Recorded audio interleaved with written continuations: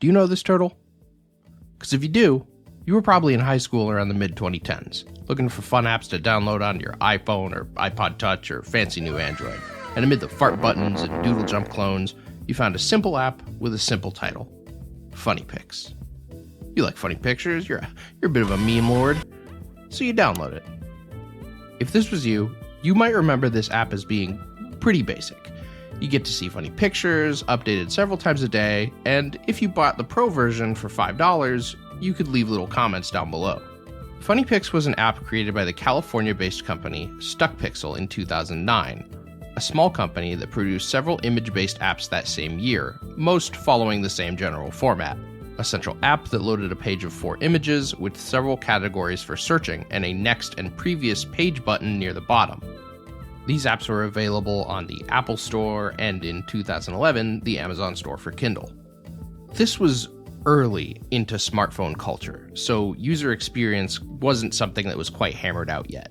Users couldn't actually upload their own images directly. They had to be submitted to StuckPixel themselves to be hosted on the app.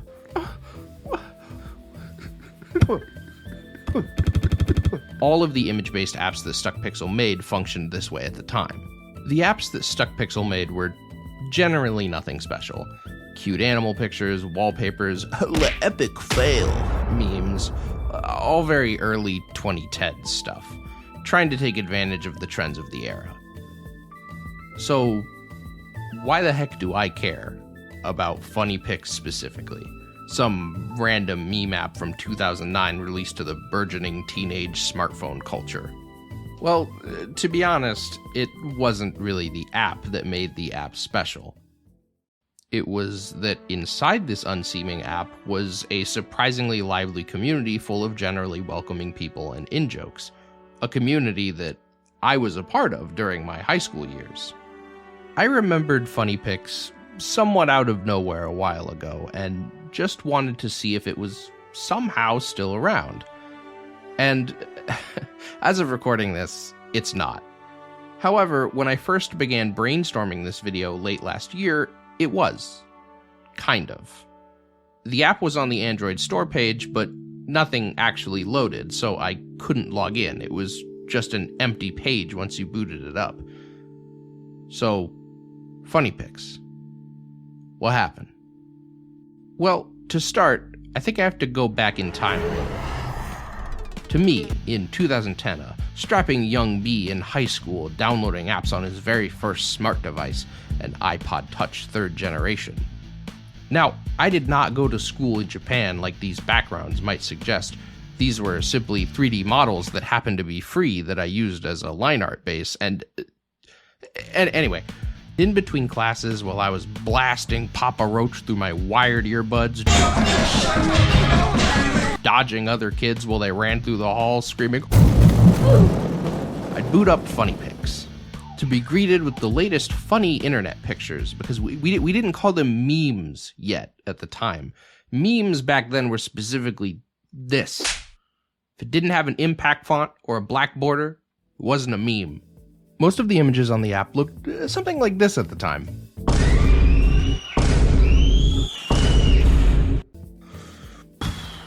Man, our definition of funny in 2010 was really something. It's a different time. I had the free version of the app, and I couldn't leave comments because I was a child. I didn't have any money. But I'd still scroll through the images, tapping each one, not so much because I thought the images themselves were all that funny, but because I wanted to see what kind of comments the local celebrities had made underneath the post. With so few people having the paid app at the time, and thus the ability to leave comments, you generally see the same set of names under most images. These names aren't going to mean anything to most of you, but to those who were there, you know the weight they hold. Invalid Chicken, Macwee, The Invisible Man, Colin Kaepernick, Not My Fault They're Big, the titans of Funny Pics who were always down in the comments to make the real jokes. You had Scary Mike, the Funny Pics poet, who would leave long, unhinged stories, usually involving topics that would absolutely get me demonetized if I had the ability to monetize my videos. And who could forget Jamal, who only ever commented, I'm at the store on every single post. A user who was initially despised, but became such a cornerstone of the Funny Pics comment section that it led to him becoming an app-wide in-joke. This is all to say, despite being small, the app had a very active community in its early years, about 2009 to 2012. It was a strange, fun little experience because it almost felt like the app had a micro-scale version of the YouTube celebrity culture. You got used to these popular commenters' styles. Nice. And began to associate the names with a particular type of humor. Puns, yes-ands, long-winded stories, being at the store. Speaking of the store, remember earlier when I said that StuckPixel themselves had to okay the images that showed up on the app? Well, Jamal was actually the subject of the first community in-joke picture uploaded to the app. Jamal had to say of his newfound fame, I'm at the store. For many users, this official post of an in-joke was proof that Funny Pics was more than just a funny image app, but an actual community. Ironically though, shortly after this meme was uploaded, Jamal was banned from the store. The app.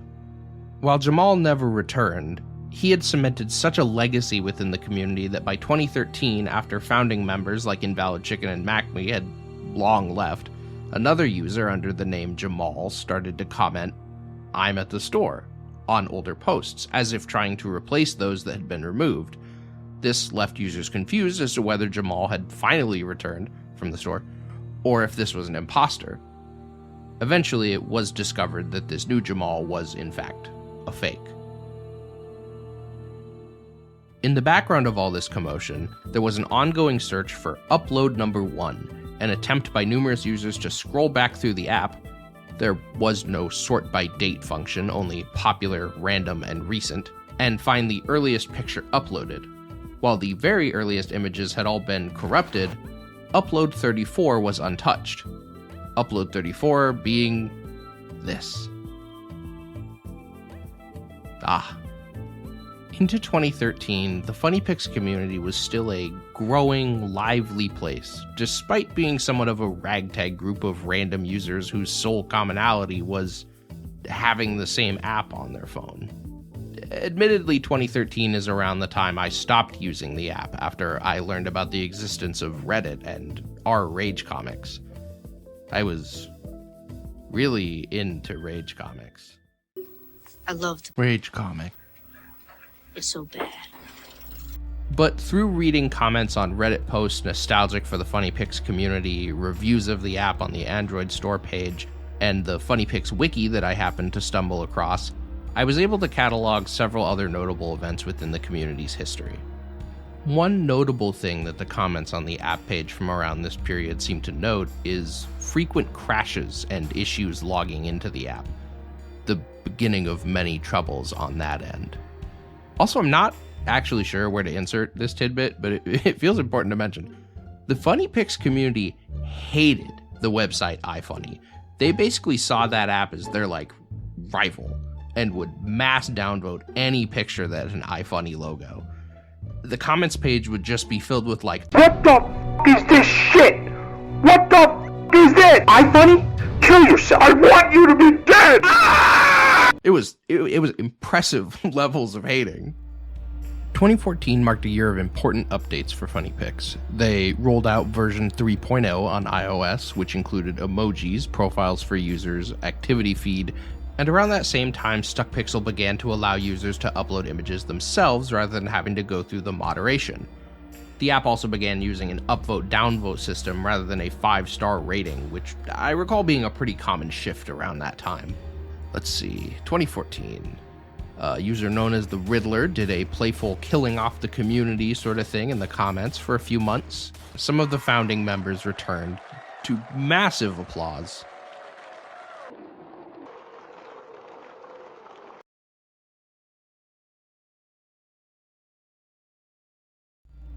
At some point there was a Minecraft server, though I can't find anything more about that than a mention on the wiki. There was the selfie challenge, where users began to post selfies to see whose face would be the 100,000th picture on the platform. What user actually won this, I couldn't find documented anywhere. Through Reddit, I managed to get one single response from a member of the community, and astoundingly, it was the exact same guy who had compiled the wiki, the Last Roman. From him, I learned that by 2016, most of the unregistered users, that being those who didn't have accounts, had jumped ship to sites like iFunny or Reddit, and it was really only the stubborn people that stuck around. This meant that there wasn't much in the way of larger community events, but the app instead acted almost like a close-knit Discord server, with everyone knowing each other fairly well. The last update, at least according to their social media and the website App Advice, was released on September 25th, 2017, an update that seemed to include the ability to follow specific users as well as introducing videos to the platform.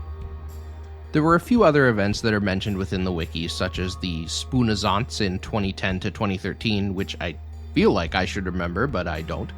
The #PetWallet event.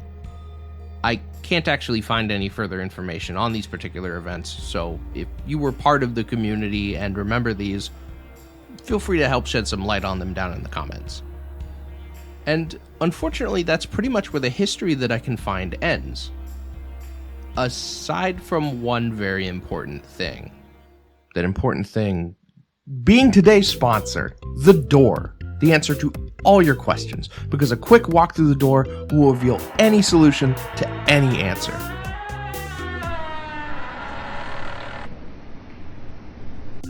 Need to know what specific part to fix that old car? Just open the door. Need to know why that girl won't talk to you? Just open the door. Need to know why they reach to the sky? Voices floating among the clouds into the open sea. The waves crash against the stone, the glimmering shadows shifting, each drop lit a ripple. A choice. At first, there was nothing, and then it stood for only a shimmering moment, a doorway. Something in between. The dreams are so far away. Every choice a tower built of sand, a cower beneath its shadow, fearing collapse, ready to be pulled beneath the waves. Even above the water, it feels like drowning. Will things ever be different? Things can change. You can change. Just open the door. Please. Open the door.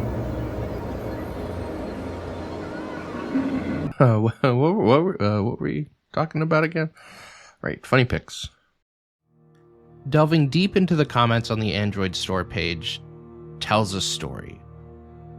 By 2016, there were already comments about the app was slow or buggy, behind on updates, but sometime around 2019 the issues came to a head.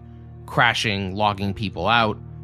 There was still mostly positive comments about the app and its community, but something aside from the bugs started to make its way through.